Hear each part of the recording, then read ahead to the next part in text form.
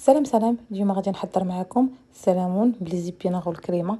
صراحه طبق من ألذ الاطباق اللي كنفضل، رافقته مع سلطه.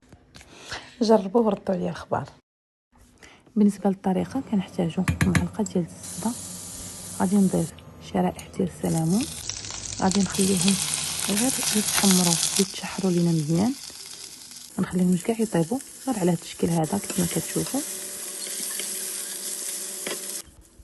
صافي كنحيد الحوت ديالي.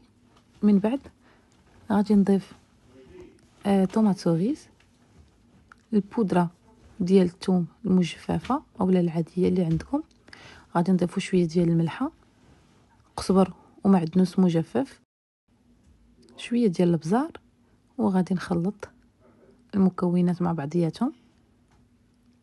من بعد غادي نضيف لي زيبيناغ، صافي غادي نخليها حتى تطيح، ومن بعد غادي نضيف عليها الكريمه السائله.